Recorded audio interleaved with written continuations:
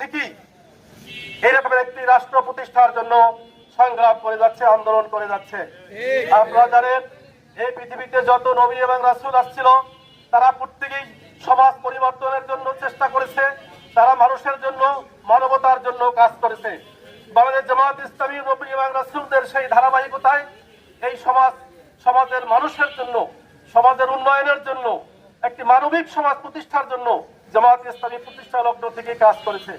কিন্তু আমাদেরকে প্রকাশ্যে কাজ করার সুযোগ দেওয়া হয়নি, আমাদেরকে আমাদের কাজের প্রতিবন্ধকতা সৃষ্টি করা হয়েছে, নানামুখী অপবাদ আমাদের বিরুদ্ধে চালানো হয়েছে, আমাদের উপরে অত্যাচার নির্যাতন করা হয়েছে, আমাদেরকে জেল জুলুমে নির্যাতন করা হয়েছে, আয়নাঘর তৈরি করে আমাদের উপরে অত্যাচার করা হয়েছে, আমাদের নেতৃবৃন্দকে হক কথা বলার কারণে ফাঁসিতে পর্যন্ত যেতে হয়েছে।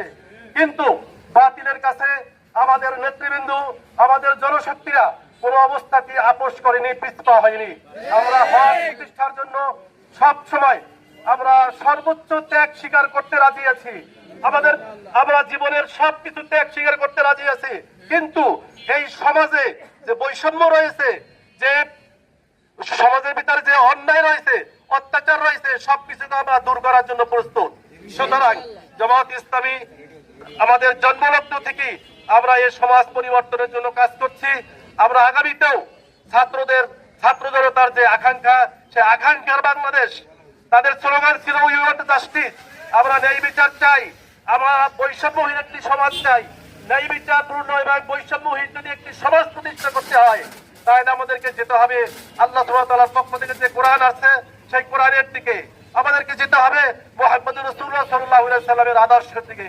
বাংলাদেশ জামাত ইসলামী কোরআনের ভিত্তিতে মুহাম্মদ রাসূলুল্লাহ সাল্লাল্লাহু আলাইহি সাল্লামের আদর্শের অনুকরণে একটি ইনসাফপূর্ণ সমাজ প্রতিষ্ঠার জন্য কাজ করছি।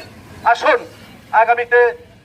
আগামীতে যে নির্বাচন হবে, স্থানীয় সরকার নির্বাচন, জাতীয় নির্বাচন, সকল নির্বাচনের ক্ষেত্রে আল্লাহর আইনের পক্ষে নবী মুহাম্মদ রাসূলুল্লাহ সাল্লাল্লাহু আলাইহি ওয়াসাল্লামের আদর্শের পক্ষে যারা কথা বলবে তাদেরকে আপনারা ভোট দিবেন, তাদেরকে সহযোগিতা করবেন, এই আশাবাদ ব্যক্ত করে আমি আমার কথা এখানে শেষ করছি। আসসালামু আলাইকুম ওয়া রাহমাতুল্লাহ।